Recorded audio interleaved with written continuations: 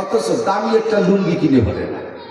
আছে না ভালো ভালো কিনবেন, ফাঁকা ফাঁকা কিনবেন, পয়সা কামাই করবে খালি জমি, খালি জমি, খালি ঘর, খালি জমি, গাড়ি গাড়ি বাড়ি বাড়ি কিনা ওটা করবে, অথচ ভালো একটা মাছ কিনে খাবে না। বাজারে যাবে একেবারে সন্ধ্যের আগে, ভালো মাছ বেচা শেষ, কয়টা শুষ্ক মাছ কিনে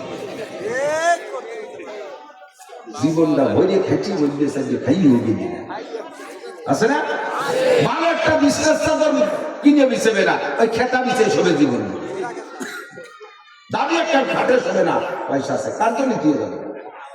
আমার ইচ্ছা, আমার প্ল্যান, আমি কামাই করি, আমি কষ্ট করি, আমি বারান করে খাবো, যা মনে চাই তাই খাবো, হালাল খানা যা মনে আছে তাই খাবো। আর যত ভালো পোশাক আমার পছন্দ হয় তা আমি কেন্দ্র ব্যবহার করবো। আমি খাইয়ে দিয়ে গড়ি টরে যা থাকবে তাই ছেলে মেয়ে খাবে। আমি তো রোগের রুজি নিয়ে আসি নেই, ওরা আমার রুজি নিয়ে আসি নেই, যার যার রুজি সেই নিয়ে আসছে। আমার আব্বা আমার 1 ইঞ্চি জমিও দিয়ে যাই নেই, আমার আব্বা একখান ফুটো টিনও আমার দিয়ে যাই নেই, একখান ভাঙ্গা থালও আমার আব্বার সম্পত্তিতে আমি ভাগে পাই নাই। সেই আল্লাহ পাক রব্বুল আলামিন আমার আব্বার থেকে দিয়েছে আমার অন্য কিছু। আব্বা মা আমার বস্তা ভরে দোয়া দিয়ে গেছে, আব্বা মা বস্তা ভরে দোয়া দিয়ে গেছে। গত শনিবারে সকালবেলা মায়ের মাথার কাছে যে বসছি, আমার চোখের সামনে আমি সূরা ইয়াসিন পড়তেছি, আমার ছেলে মিসবাহ সূরা ইয়াসিন পড়তেছে, আমার বড় বোন অনেক বয়সী, বড় বোনের বড় ছেলে আর আমি এক বয়সী, বোন ও মায়ের কাছে বসে কোরআন শরীফ পড়তেছে। দেখতে দেখতে কোন ফাঁকে আমার মায়ের জানটা চলে গেল। এর কয়েকদিন আগে আমি মায়ের কাছে যেয়ে বলছি, মা আপনার জন্য কি করতে পারি? মা আমার এটা কয়, এটা করবা, ওটা করবা, সেটা করবা। এরপর আমার হাত খাটিয়ে আমার মা চুমো দেয়। আমি যখন বাড়ি থেকে বেরিয়ে যাই, মায়ের কাছে বলি, মা আমি মা ফিরে যাচ্ছি। মা কয়, আসো তুমি তোমার কাছে আসো। আমি মার মুখ কান হাত দিয়ে মালিশ করে দেই। আমার হাত কান, আমার মা শুকনো হাত। আমার মা বড় একটা জোয়ান ছিলেন, মহিলা ছিলেন। আমার মাকে আমি তো মায়ের আজ থেকে 50 বছর আগের মা তো আমি দেখছি। শেষকালে এসে আমার মা হয়ে গেছে ছোট্ট পোলাপানের মতো, একেবারে 7-8 বছরের বাচ্চার মতো এত ছোট হয়ে গেছে, নিজের কোনো কিছু করতে পারে না। আমি মাকে, আমার ফ্যামিলির থেকে মাকে খেদমত করে, মাকে প্যাম্পাস পরায় রাখে পোলাপানের মতো, পেশাব পায়খানা সব ভাবে হয়, মুখে উঠায় খাওয়াই দেওয়া লাগে। মায়ের কাছে গেলে মা বলে, আমার দিল ভরে দোয়া দিছে, বাবা দুনিয়ায় তোমার অভাব হবে না। আমি মায়ের হাতে টাকা দিই, টাকা পাইলে আরে মরা মানুষ যতক্ষণ হুশ থাকে, খাবার দাবার কোনোটাই যত খুশি না হয়, টাকা পাইলে তার সে 1000 গুণ বেশি খুশি হয়। আমার একটা ছাত্র আছে, আমার সাথে একবার মায়ের কাছে গেছে, তখন আমার মা আমার ভাইয়ের কাছে মায়ের কাছে গেছি দেখতে, যে বলছি, মা আপনার টাকা দেবে। 3000 টাকা দিছি। আমি বললাম, মা আর লাগবে নাকি? মা টাকার কোনো প্রয়োজন নাই, অথচ টাকা দিলে খুশি হয়, টাকাটা দিলে সুমো দেখায়। ভাই টাকায় কেউ আমি হুয়াই নাকি? আমি হবো তো টাকায় কেউ কোনোদিন কি বলে, এর বাংলায়, দিকের বাংলায় কি বলে, টাকায় কেউ হয় না। আমি তাই করছি, তাই করতে টাকায় কেউ আমি হয় না। আমারও দিচ্ছে 2000 টাকা। আমি আমার মায়ের বস্তা বলে দোয়া পাইছি। দুঃখের বিষয়, সেই দোয়ার ভান্ডার গত শনিবারে চলে গেছে। আল্লাহু আকবার। আমাকে আল্লাহ অনেক দিয়েছে, গাড়ি বাড়ি সব দিয়েছে, টাকা পয়সা সব দিয়েছে। আমার আব্বা কিছু দিয়ে যাইলে দুনিয়ার সম্পদ দোয়া দিয়ে গেছে। আমার সন্তানদের জন্য আমি দোয়া দিয়ে যাব, কিন্তু আমার টাকা আমি খাইয়ে যাব না, ওদের জন্য সব ফিরে চলে যাব। এর চাইতে বড় নির্বুদ্ধিতা থাকে না। শেখ সাদি রহমতুল্লাহ আলাইহি বলেন, নেক বক্তাকে খুর্দ কেশ, বদবক্তাকে মুর্দ হেস। ভাগ্যবান ওই লোকটা যে কামাই করলো পরাণ করে খাইয়ে গেল, কামাই করলো পরাণ করে পড়ে গেল, কামাই করলো পরাণ করে উপভোগ করে গেল, আর আখেরাতের জন্য গরিব মিসকিন ভালো জায়গা দান খয়রাত কইরা আখেরাতের পুঁজিও জোগাড় করে গেল। ওই লোকটা হলো অরিজিনাল জ্ঞানী। অভাগ্য তাকে মূর্খ হেস, আর কপাল পড়া হতভাগ্য বেয়াকুব ওই লোকটা কামাই করে জীবন ভরে কামসা পাশার মধ্যে মোড়াই দিয়া একেবারে দিন রাত কামাই করে, দিন নাই রাত নাই, জীবনের জুটিবাজি রেখে কামাই করে, দেশ বিদেশ থেকে ইটালি, অস্ট্রেলিয়া, ফ্রান্স, আমেরিকা, সারা দুনিয়া দৌড়ে দৌড়ে কামাই করে। অথচ পরামরে ভালো একটা মাছ দেয় না, পাশায় ভালো একটা লুঙ্গি দেয় না, গায়ে দামি একটা জামা দেয় না, দামি একটা শাল কিনে ব্যবহার করবে না, ভালো এক জোড়া জুতো পরবে না, ভালো একখান ঘর বানাবে না, ভালো একটা খাটে ঘুমাবে না। তোমার সব থাকবে, তোমার সব থাকবে, মরার পরে দেখবে এগুলো নিয়ে কুত্তর মতো কামড়া কামড়ি লেগে গেছে। তোমার চর্চা।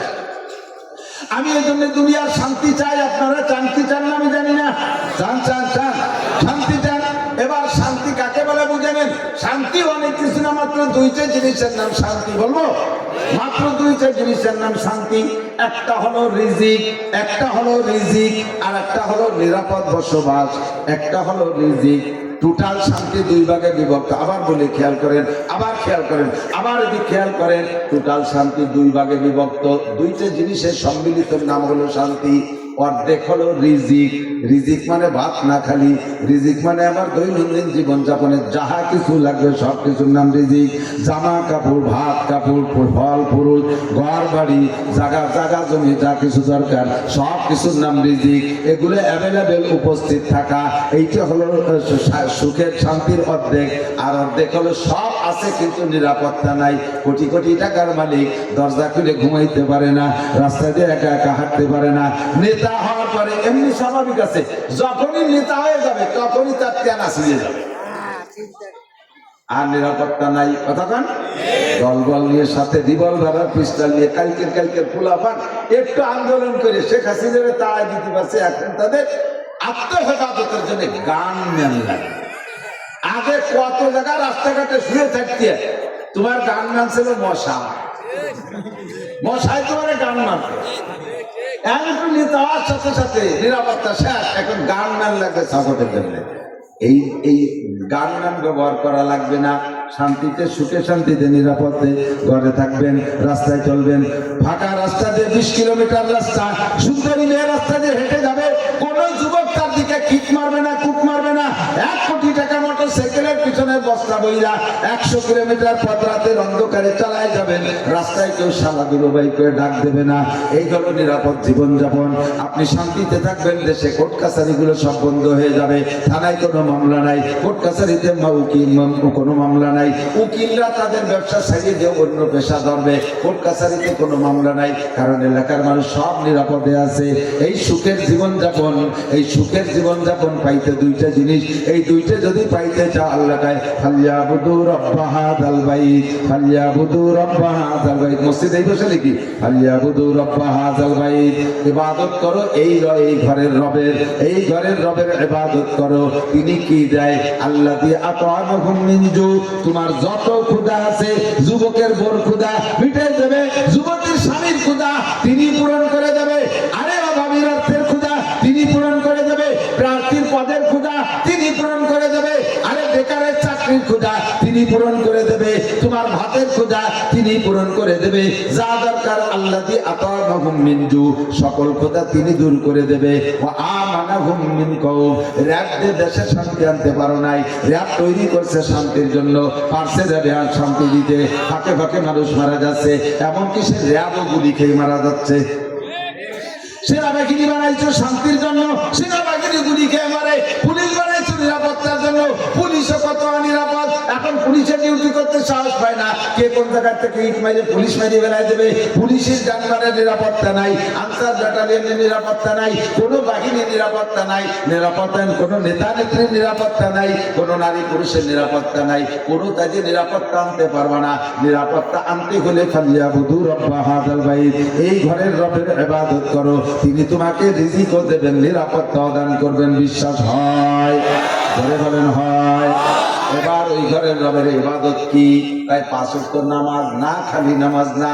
ওই ঘরের রবের ইবাদত কি? রমজানের রোজা না, শুধু রোজা না। হজ করলে কি হবে? কয় না শুধু হজেও হবে না। যাকাত দিলে হবে? কয় না শুধু যাকাতেও হবে না। তিলাওয়াত করলে হবে? কয় না তাও হবে না। তাহলে ইবাদত কি?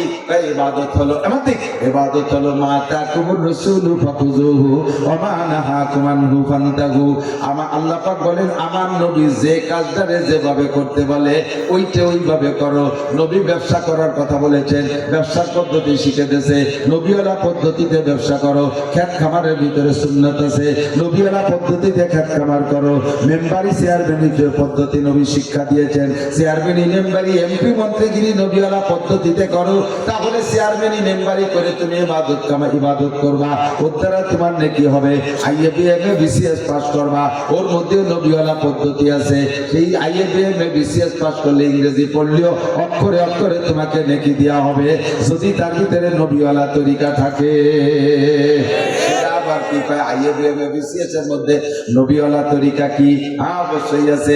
আপনি স্কুলের ছেলে কলেজের ছেলে তুমি খেয়াল করো শোনা, তুমি জেনারেল পড়বা নিয়ত রাখবা আমি যদি BCS ক্যাডার হই BCS পাস করতে পারি তাহলে নিশ্চয়ই সরকারি একজন গেজেটেড অফিসার হব। আল্লাহ যদি আবার ডিসি বানায় তাহলে গোপালগঞ্জের ডিসি কামরুজ্জামান সাহেবের মতো আমি ডিস্ট্রিক্ট পরিচালনা করব। আল্লাহ যদি আমাকে পুলিশ অফিসার বানায় তাহলে ডিআইজি রফিকুল ইসলাম শিমুলের মতো একজন ডিআইজি হব। আল্লাহ যদি আমার ইঞ্জিনিয়ার বানায় ইঞ্জিনিয়ার আব্দুল মুকিদের মতো একজন ইঞ্জিনিয়ার হব। যে ইঞ্জিনিয়ার আব্দুল মুকিদ কাকরাইল মসজিদের মুরব্বীদের মধ্যে অন্যতম ছিলেন। আমি শতককে দেখেছি বানানো গল্প না। কাকরাইল মসজিদে গেছি, সব সাথীদেরকে শুয়াই দিয়া আল্লাহর বান্দা সাদা কাপড় পরতেন, এহরাম অবস্থায় থাকতেন, সবসময় সাদা একটা পরতেন, আশিলাই লুঙ্গি, সাদা একটা কাপড় গায়ে রাখতেন, আর একটা কাপড় মাথায় রাখতেন। রাতের বেলায় সব সাথী কাকরাইল সবাইকে শুয়াই দিয়া দরজার কাছে আল্লাহর বান্দা হাত মাথার নিচে দিয়ে শুয়ে থাকতেন গরমকালে। কত মানুষ না জানিয়ে শুনে উঠতে বসতে চাইতে আসছে, পায়ের লাথি মারতেন, নড়াচড়া করতেন না, নিজেকে নিজে বুঝাইতেন। ওই ইঞ্জিনিয়ার আব্দুল মুকিদ উনার ড্রয়িংয়ে কি বলা হয়, ইঞ্জিনিয়ার আব্দুল মুকিদের ড্রয়িংয়ে কমলাপুর রেল স্টেশন, উনার প্ল্যানে Kamalapur rail station, Jeddah airport বানাইছে ইঞ্জিনিয়ার আব্দুল মুকিদের ইঞ্জিনিয়ারিং প্ল্যানে। সারা পৃথিবীর বাছাই করা কয়েকজন ইঞ্জিনিয়ারের একজন ইঞ্জিনিয়ার আব্দুল মুকিদ।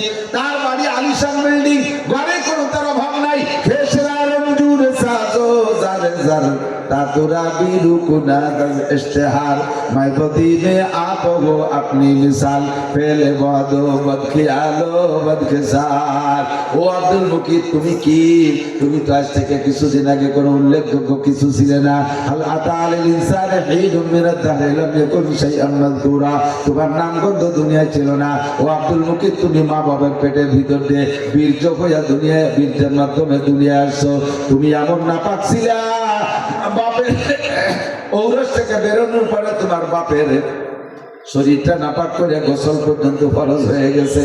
এমন নিকৃষ্ট, আজকে তুমি ইঞ্জিনিয়ার হয়েছো বিদায় বড় কিছু হয়ে গেছো না, তুমি কিছু হও নাই। এখানে শুয়ে থাকো, এখানে শুয়ে থাকো। কাকরাইলের মসজিদের মুসল্লিরা তোমার লাথি মারুক, এইটা তোমার জন্য শিক্ষা।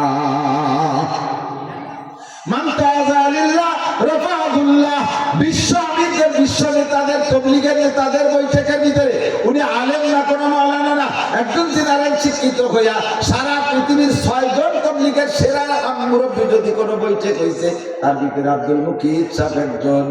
এত বড় শিক্ষিত, এত বড় ধনী হইয়া নিজের মিটাই দিয়েছে। ও জেনারেল শিক্ষিত ভাই, তুমিও নিয়ত রাখো, আল্লাহ যদি আমার ইঞ্জিনিয়ার বানায়, আমার কর্ম সব কিছু যে আমি এভাবে তবলিগের পিছনে সময় লাগাবো, আমি এমন একজন মানুষ হব, তাহলে তোমার জেনারেল লেখাপড়া সব ইবাদতে পরিণত হবে, ইবাদতে পরিণত হবে।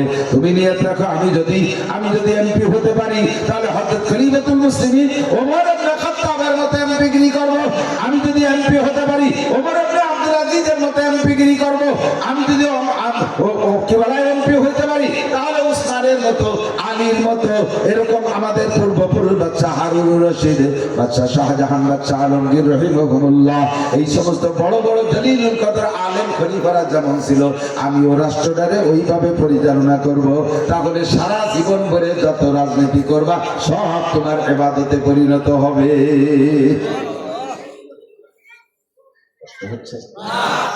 পোশাক পরবা, এদিক উলট পালট করে যেটা মনে আসে, পোশাক পরবেন, এই পোশাক আপনার ইবাদত। যদি পোশাকটা হয় নবীওয়ালা পোশাক, আমার নবী তো জীবন ভরে জিন্সের প্যান্ট পরতেন। আরে বিয়ের দিন তো পরছি, পাশাগর করে প্যান্ট পরে নবী বিয়ে করতে গেছি, তুমি যা ভরেন কে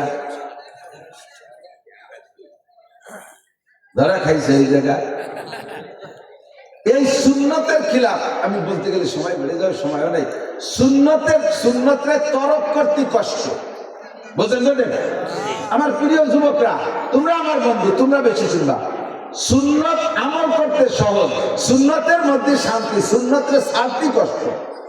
এই যে আমি পায়জামা করছি, এর নিচে কোনো ছোট বড় কিছু ভরা লাগে না, লুঙ্গিরও তো ঢিলা ঢালা, নিচে বসতে দেবেন, ওকে, চেয়ারে বসতে হবে, ওকে, টেবিল উপর উঠে বসতে হবে, হ্যাঁ পানি।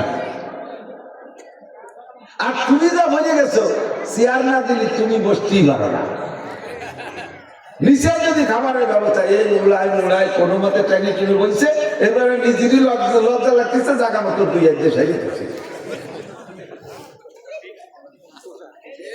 বললে কে যা বললি মানুষের সামনে যাওয়া যায় না। পরে হাঁটার পরে কত কষ্ট, পেশাব করতে বসতে বলছি, বসতে হলে আরো টাইট হয়ে দেবে না, পেশাব বেরোবে না, এমন টাইট হয়ে গেছে পেশাব বেরোয় না। তাহলে যা করে তোমার দাঁড়াই মতো লাগে কুত্তর মতো, তুমি তো ভরবাকে কুত্তরে দাঁড়াই মতো, তুমি ওই প্যান্ট করলে দাঁড়াই মতো লাগে, তাহলে তুমি তো ভরবাকে, কত শান্তি। আল্লাহ রহমতে ঢিলা ঢালা জামা পরি, ঢিলা ঢালা পায়জামা পরি, চলতে বেঁচে উঠতে বসতে কত মজা। বাড়ি একটা খারাপ দেখা যায় তাও যায় না। আমি তো কালা মানুষ, আমার সুরত চেহারা নাই, তাইতে আমি যত সাজি তত খারাপ দেখা যায়। এই হুজুরকে দেখছেন কি সুন্দর, চাঁদের মতো, এই পোশাকে কেমন সুন্দর লাগে। তোমার যদি বেশি পছন্দ নয়, কমপক্ষে তোমার ওই পোশাক মরার সময় পরায় পাঠাই দেবো।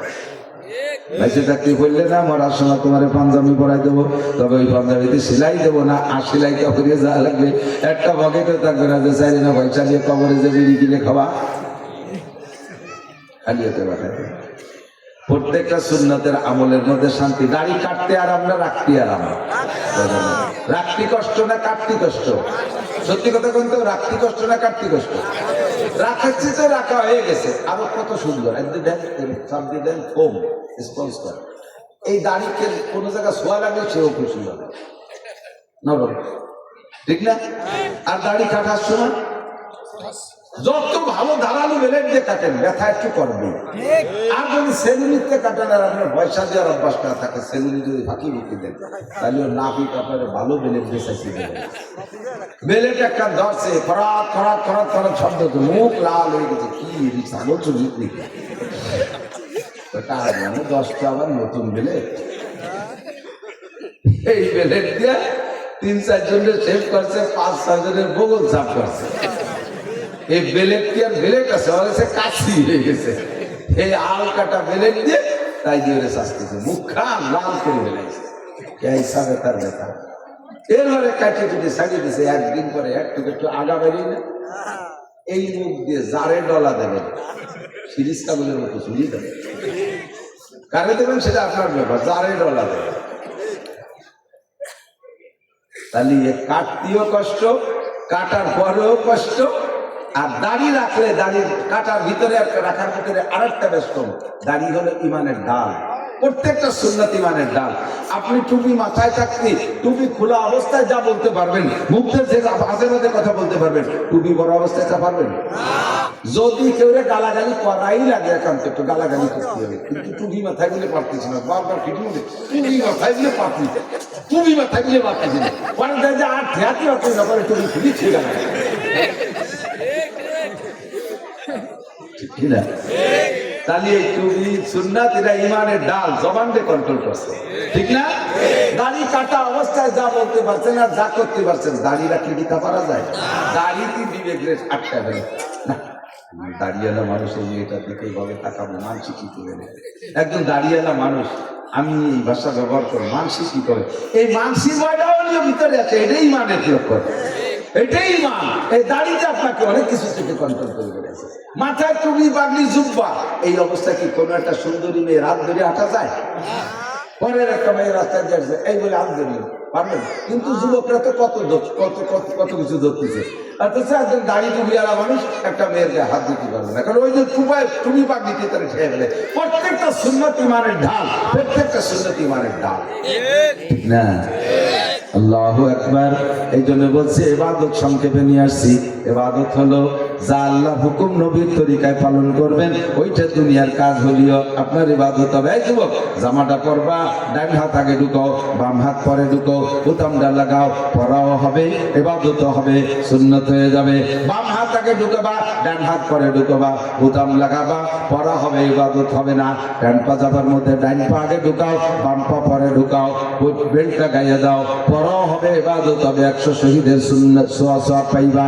আর বাম পা আগে ঢুকাইয়া ডান পা পরে ঢুকাবা, পড়া হবে ইবাদত হবে না। জুতোর মধ্যে ডান পা আগে ঢুকাও, বাম পা পরে ঢুকাও, পড়া হবে ইবাদত হবে। বাম পা আগে ঢুকাইলা, বাম পা ডান পা পরে ঢুকাইলা, পড়া হবে ইবাদত হবে না।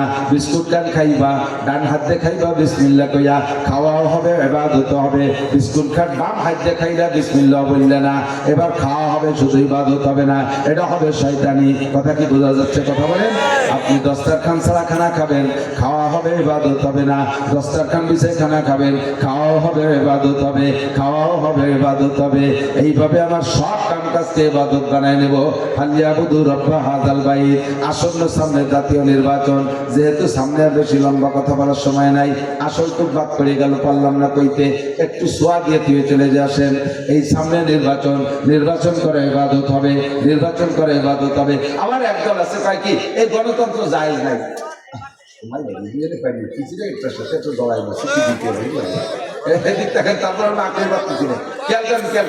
গণতন্ত্র হারাম এ বলার একদল আছে না?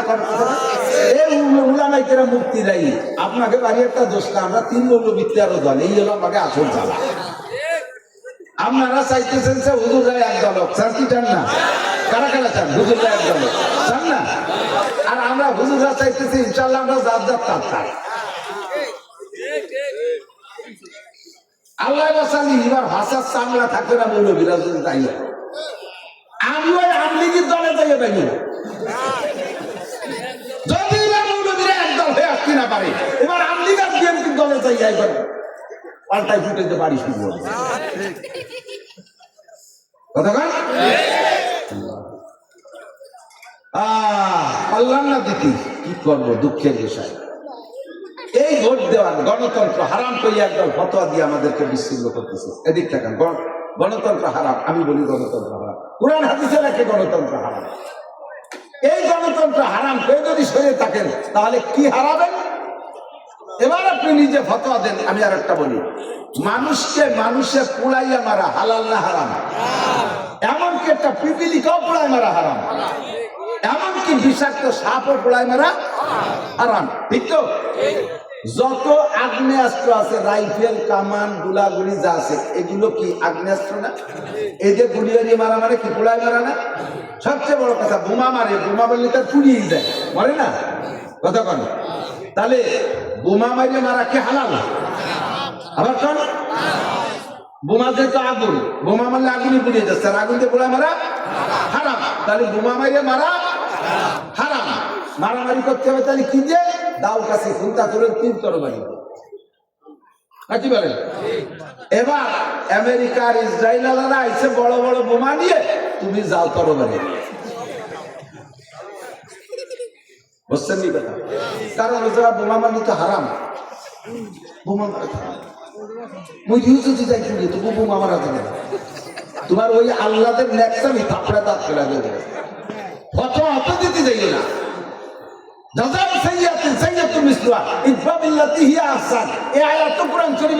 মানুষের সাথে প্রতিবাদ করো ভালো ভালো ব্যবহারের মাধ্যমে, উত্তম পদ্ধতিতে, এটাও আছে।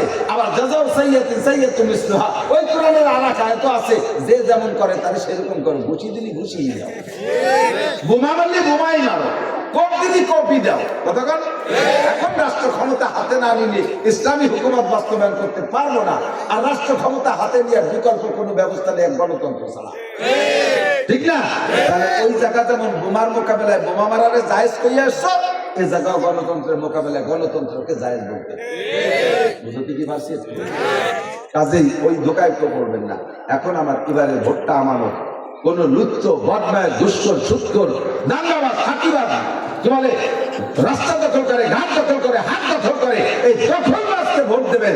আর এই দখলবাজ এখানে বসে এই দখলদারি করতে থাকবে। আপনি টুক করে ভোটটা দিয়ে কাবা শরীফে যাইয়ে বসে রয়েছেন, হেরেন চলবে আল্লাহ আমি পালন তো গাইছি, আর ভোট দিয়ে যাইয়ে কাবা ঘরে বসে রয়েছেন। আর এই নুস্য হেনে নুস্য মিলতেছে। এই নুস্য যত চুরি করবে, চোর যত চুরি করবে, অনায়াসে একটা সিকুন লাইন যে আপনার ওই কাবা ঘরের ওই জায়গা আপনার মোবাইলে বিকাশে ঢুকে পড়বে, আমার নামা লোড হয়ে যাবে। আমি মনে আমি আল্লাহ বিল দেখতেছি কাবা ঘরে কি তো ভোট দিয়েছি, তাতে কি হয়েছে? তোমার নেক্সট আমি ছুটে বেড়াতে কাবাই। এই ভোটটা দিয়ে ইবাদত, ভোটটা দেওয়া সঠিকভাবে করে দেখছি 54 বছর আমি আমলিগির সন্তান বা পাকিস্তানিরা আমাদের ভিটা পুড়াইয়া আমার মা কোলার মধ্যে খেতা কাপড় মাটির তলে পুঁতে দিয়ে গেছে, মাটিতে আগুন দেবে সেই খেতাও পুড়ে গেছে। আমি স্বাধীনের পরে যখন 4 বছর বয়স আর 4 বা 5 বছর একটু বুঝি মানে হাঁটাহাঁটি বুঝি একটু গোলাপাড়ির সাথে 3 মাইল দূরে এক বড় লোক কাপড় দিচ্ছে মহিলাদেরকে। আমি আমার মারে না কইয়ে ল্যাংটা হইয়া সেজন্য প্যান্টও আমারও নেই, গরমকাল চলে গেছি 3 মাইল দূরে হাঁটি একটা মানুষের সাথে আমার মার ধরে এখন কাপড় আনতি। এই পাকিস্তানিরা আমার বিটে আগুন ধরাই দিয়ে গেছে। আমার বংশ ধরে আমলিগ, আমার সব আমলিগ, আমার সব আমলিগ, কিন্তু দেখছি তো বহুবার চেষ্টা করলাম দেখি আমলিগ ভালো আলিকে। শেখ হাসিনার বাড়ির ধারে যোগ হয়ে আসলাম, বেশি দাবি না, আমি তো একা মানুষ 13-14টা কোশ্চিনে দাবি, আমি 3টে দাবি করলাম। একটা দাবি জাতীয় সংসদে মুসলমানদের জন্য সাবালিক স্কুল কলেজ ইউনিভার্সিটি গার্মেন্টস সব অফিস আদালত সব জায়গায় মুসলমান সাবালিক নারী আর পুরুষকে নামাজ বাধ্যতামূলক পড়িতেই হইবে, নামাজের বিলটা পাস করে দেন। 2 নম্বরে পর্দার বিলটা পাস করে দেন, স্কুল কলেজ ইউনিভার্সিটি ভাগ করে দেন। যদি প্রতিষ্ঠানের বডি ভাগ না করা যায় তাহলে ক্লাস টাইম ভাগ করে দেন, এই টাইমে পুরুষদের ক্লাস, এই টাইমে নারীদের ক্লাস। গার্মেন্ট ভাগ করে দেন, পুলিশদের ভাগ করে দেন। একসাথে রাতের বেলা 4 জন পুলিশ যে পেট্রোল ডিউটি করতেছে, 2 জন পুরুষ 2 জন মহিলা গাড়ির মধ্যে বসে বসে ওটা তো ডিউটি করছে। ওইটা জায়েজ? ওটা জায়েজ? অ্যাক্সিডেন্ট হতে পারে কি পারে না? 2 জনের ভাগ করে নিয়ে গেলি হয়ে যায়। এই জায়গা হাত দেন। যত পার্ক আছে 2 জন গাছতলা বসে বসে আল্লাহ বিল্লাহ করতেছে, ওকে বাড়ি উঠে নিয়ে যায়। পার্কের মধ্যে 2 বসে রয়েছেন, ওরা কি ছিল হাতে নষ্ট করছে, নামাজের ঘরে মুখস্থ করে ওই জায়গা ধুলাই দেন। আর এই এলাকার মিটিংয়ে স্বামীরা ফেরাই বাইরে বাইরে এরাই বাজার ঘাট করতে যায় বাজারে, ওই মিটিংয়ে বাজার বন্ধ করে দেবে। দেখেন একটা বাজারে কোনো মহিলা থাকবে না, রাজধানী বাজার মহিলা থাকবে না, সব বাজার পুরুষরা করবে, মহিলাদেরকে বাজার বন্ধ। এতে মরবে না, সব বাড়ি পুরুষ ছোট বড় যাই একটা কিছু আছে, ব্যবস্থা আছে, এইগুলো এই পর্দার ব্যবস্থা করেন। 2-3 নম্বরে জাকাতের বিল পাস করেন, পাই টু পাই জাকাত আদায় করে গরিবদের মধ্যে বন্টন করেন। বেড়া ক্যাডার গ্রামীণ ব্যাংক যা আছে সবগুলো ল্যাব পুষে ডাক্তার ইউনিট সহ পালাতে বাঁধবে। হ্যাঁ, কোনো সুদে বাংলাদেশে থাকবে না, কথা বল না কেন, কোনো সুদখার সুদদাতা থাকবে না, শুধু জাকাতের পদ্ধতিটা। এই 3টে বিলের কথা কইলাম, এক সরকারও মানলো না। যে সরকারি না মানছে সে সরকারি দাওয়া খেয়েছে। আমরা সামনে ইনশাল্লাহ 3টে বিল সহ আরো যা যা আছে শরীয়ত সম্মত বাস্তবায়ন করে একটা টার্ম মাত্র 5টা বছর আপনাদের কাছ থেকে চেয়ে নিয়েছি। উন্নত এরকম ঘন্টা দিয়ে যেগুলো আমার ইবারের মতো দেন, ইবারের মতো আমি স্বামীরা আমার ইবারের মতো দেন। তা আমরা আল্লাহর রাস্তে 5টা বছরের মতো 5টা বছরের জন্য আমলিগেলাদের কাছে চাচ্ছি, বিএনপিওয়ালাদের কাছে চাচ্ছি, শান্তি আসমান থেকে আসবে। বিশ্বাস না হয় আল্লাহকে বলা আল্লাহ আল্লাহর কোরআন আমানু ওয়াত্তাকাউ, ঈমানদার হও, মুত্তাকিন হও। আসমান থেকে লাফাতাহনা আলাইহিম বারাকাতুম মিনাস সামাই ওয়াল আরদ, আসমান জমিন থেকে রহমত আর বরকত শান্তির দরজা খুলে দেব, আল্লাহর ওয়াদা। তা আমরা একটা বারকে আল্লাহর একটু ট্রাই করে দেখতে পারি? করতে পারেন না? বিক্রি করবেন না তো? আমাদের এই 8 দল 10 দলের থেকে ঐক্য হইয়া যেই আসবে আমাদের এটাই হবে আমাদের ধর্মীয় প্রার্থী, আমরা তার পাশে থাকবো। ঠিক আছে? বলছি আমলিগ আসেন, আমলিগ আসেন, আমলিগ আসেন, এই কোরআন সুন্নাহ নিয়ে আমলিগ আসেন, আর সব হুজুরকে বসাই দিয়ে আপনাকে ভোট দেবেন। আসেন বিএনপি এই কারণ নিয়ে আসার আগেই তো বলেন না এই দেশে কোরআন সুন্নাহ চলে না, তাহলে চলে না, না স্যার আমরা একটু চালাই দিই, তোমরা কেউ চলে না, একবার একটু চালাই দেখি, ঠিক না? এবার আমরা এক হয়ে গেছি, ইনশাল্লাহ চালাই দেখো, দেখবা তোমরা চলে কি চলে না। আফগানের মৌলবীরা একটাও জেলার নিশ্চিত না, সেই মৌলবীরা পাগড়ি ভরে উঠোনে বসে সংসদ ভবন বানাইয়া তারা দেশ চালাচ্ছে। আমেরিকা এখন আফগানিস্তানের দিকে মোনাজাত করতে বলছিল, ও ডোনাল্ড ট্রাম্প আমার একটু জুস দেন, আঙ্গুল আপনাদের দেশের আনারের দুধ বাড়ি মিঠিয়ে এদেশে ইনশাল্লাহ সম্ভব। আফগানের মাটিতে কিচ্ছু হয় না, আর বাংলার মাটিতে ধান এমনি পড়ে থাকলে গজাইয়ে 700 ধান পয়দা হয়ে যায়, পানি দেওয়া লাগে না, সার ওষুধ দেওয়া লাগে না, খালি ছাগলে খেয়ে না বিলিয়ে, ঠিক না? এবার ছাগল বাড়ি মারবো, ছাগলদের খাতি দেবো, ছাগলদের খাতি দেবো, বেড়া দেবো ইনশাআল্লাহ। ঠিক আছে তো? আল্লাহ পাক রব্বুল আলামিন আমাদেরকে দিন ও দুনিয়ার সকল শান্তি ও কল্যাণ কামিয়াবি নসিব করে বলেন আমিন। যে কথাগুলো বলছি এলোমেলো ভাবে, বিক্ষিপ্ত ভাবে, জেহেন গোছানো ছিল না, যা বলছি আল্লাহ বুঝার আমলটা রাজি আছেন তো ইনশাআল্লাহ। সুবহানাল্লাহি ওয়া বিহামদিহি সুবহানাল্লাহিল আযীম।